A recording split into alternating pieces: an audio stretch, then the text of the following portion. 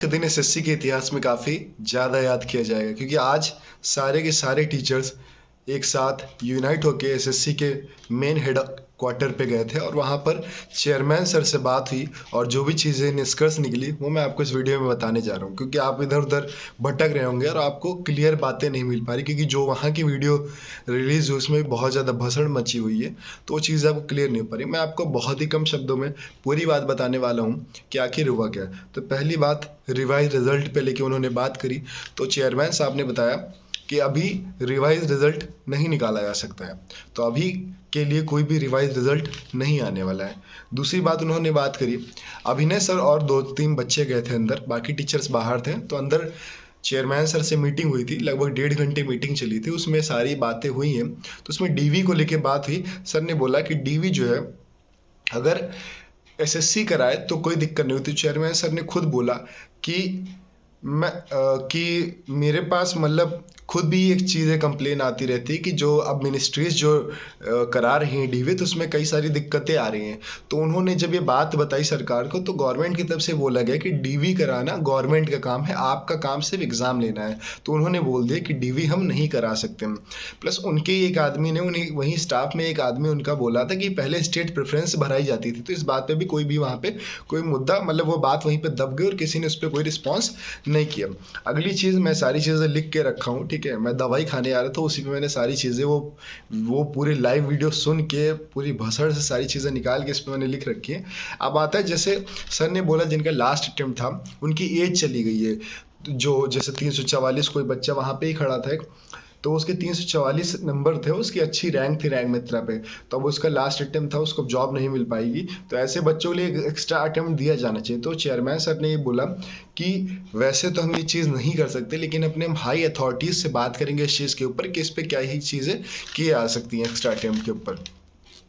फिर बात आती है कि टीसीएस, तो उन्होंने ये बात जब अभिनय सर ने बोली कि बहुत बहुत ज़्यादा क्वेश्चंस गलत बना रही है एजेंसी, आप क्या सही क्वेश्चंस नहीं बना सकते, तो उन्होंने खुद बोला चेयरमैन सर ने कि मैं सीजीएल की बात छोड़िए, यहाँ पे एसएससी जेई का जब पेपर हुआ था उसमें तो बहुत सारे क्वेश्चंस गलत निकले थे। उन्होंने बात खुद एग्री करी कि क्वेश्चन बहुत ज़्यादा गलत आ रहे, तो उन्होंने बोला कि अब टीसीएस को वो टेंडर देंगे नहीं, क्योंकि टीसीएस इस चीज़ की रिस्पॉन्सिबिलिटी नहीं ले रहा है कि वो क्वेश्चन को सही लेवल पे बनाए। जैसे अभिनय सर ने बोला कि एमटीएस का पेपर बहुत ज़्यादा हार्ड आया था सीजीएल से ही, तो उन्होंने बोला कि इस बार से टीसीएस टेंडर नहीं लेगा, टीसीएस एग्ज़ाम पेपर को नहीं सेट करेगा, ठीक है। और डिफ़िकल्टी लेवल पे भी बोला कि बहुत सारे बच्चे ऐसे वेटिंग लिस्ट पे बोला कि सीजीएल के बच्चे सेलेक्ट हो जाते हैं, एमटीएस की पोस्ट छोड़ देते हैं, एमटीएस की पोस्ट खाली चली जाती है। तो उन्होंने इस बात पे चीज़ बोली कि अब से जो एग्ज़ाम का पैटर्न होगा सबसे पहले सीजीएल होगा, सीजीएल का पूरी तरीके से रिजल्ट आ जाएगा, उसके बाद सीएचएसएल का एग्ज़ाम होगा, जिससे सीजीएल में जो बच्चे सिलेक्ट हो गए वो लोअर पोस्ट पे ना भरे। तो पहले हायर पोस्टों का एग्जाम में सीजीएल होगा, फिर सीएचएसएल होगा, फिर एमटीएस होगा। इस बार से इस तरीके से होने वाला है ताकि जो भी बच्चे जो हायर पोस्ट पे पहुंच जाए तो लोअर पोस्ट को ऑटोमेटिकली फॉर्म ही नहीं फिल करेंगे, तो जगह को पाइए, सीट वेस्ट करने वाली चीज़ होगी नहीं। फिर बात आती नॉर्मलाइजेशन की, तो सर ने बोला, अभिनय सर ने, कि नॉर्मलाइजेशन का फॉर्मूला, नॉर्मलाइजेशन जो हो रहा है उससे बहुत सारी मिस हैपनिंग्स है, जो भी चीज़ हो रही है, तो उन्होंने बोला कि हम कोशिश करेंगे कि हम जो मेंस वो सिंगल शिफ्ट में ही अब से कराएं। तो उसके लिए उन्होंने ये भी बात बोली कि एक्चुअली हो क्या था, बहुत सारे बच्चे फॉर्म भरते थे तो उसके लिए हमें कराना पड़ता है, तो इस बार से अब जो भी सीजीएल का मेंस है वो सिंगल शिफ्ट में ही होगा। और एसएससी का जो फॉर्मूला है नॉर्मलाइजेशन का उसको रिवाइज करने की बात की जा रही है, तो इसके लिए वो नई कमेटी को गठित करेंगे और उस पर नॉर्मलाइजेशन के फॉर्मूले के ऊपर चर्चा होगी, नॉर्मलाइजेशन का फॉर्मूला चेंज किया जाएगा, इसमें सुधार। और उन्होंने ये भी बोला है कि हम सोच रहे हैं, मतलब ये बात वहाँ पे हुई थी कि फीस थोड़ी बढ़ाई जाए जिससे सिर्फ सीरियस कैंडिडेट ही पेपर को दे, तो उस फीस को भी बढ़ाया जाएगा जिससे सीरियस कैंडिडेट पेपर दे, क्योंकि उनके साथ ये दिक्कत आ रही है कि बहुत सारे बच्चे फॉर्म अप्लाई कर देते तो उनका खर्चा भी निकालना रहता है, तो उसके लिए भी दिक्कत होती है। और उन्हें टाइपिंग वाले पे भी इशू बताया कि टाइपिंग के लिए कीबोर्ड वगैरह के लिए हमारे पास खर्च बजट नहीं हो पाता, तो हम कोशिश करेंगे कि एक्स्ट्रा कीबोर्ड्स को भी रखें, ठीक है।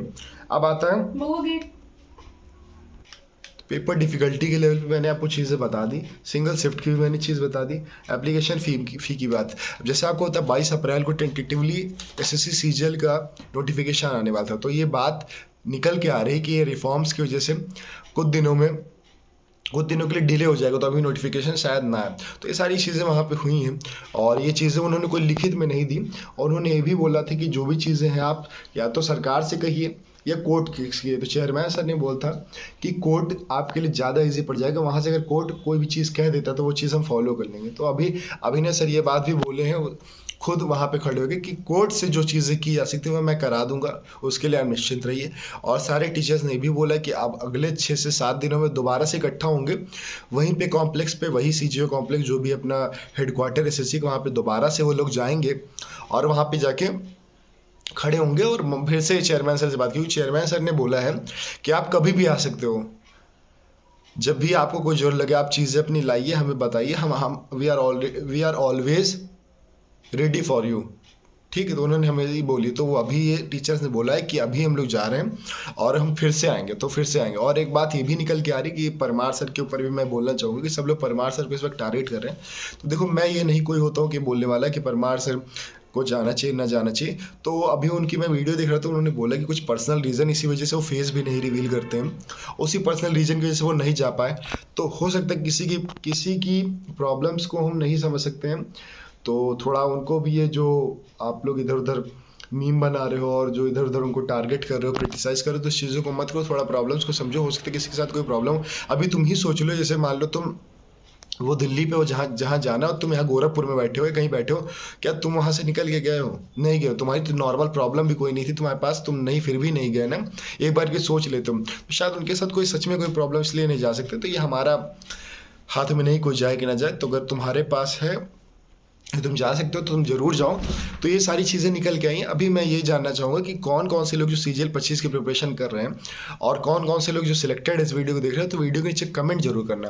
तो ये सारी चीज़ें निकल के आई और मुझे सबसे अच्छी बात ये लगी कि मैं यूट्यूब पे देखता रहता था, गगन सर आधे सर की लड़ाई होती रहती थी। मतलब एक चीज़ मैंने देखी थी, गगन सर एक तरफ थे और बाकी टीचर इस वक्त एक तरफ हो गए थे। लेकिन आज मुझे अच्छा लगा कि पूरे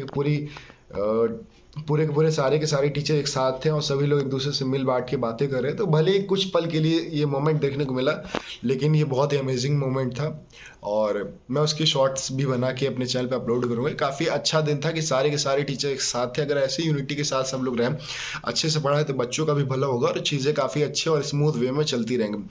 तो अभी के लिए बस इतनी चीज़ें निकल के आई हैं और इसी चैनल पे आपको सारी एसएससी से रिलेटेड चीज़ें मिलती रहेंगी।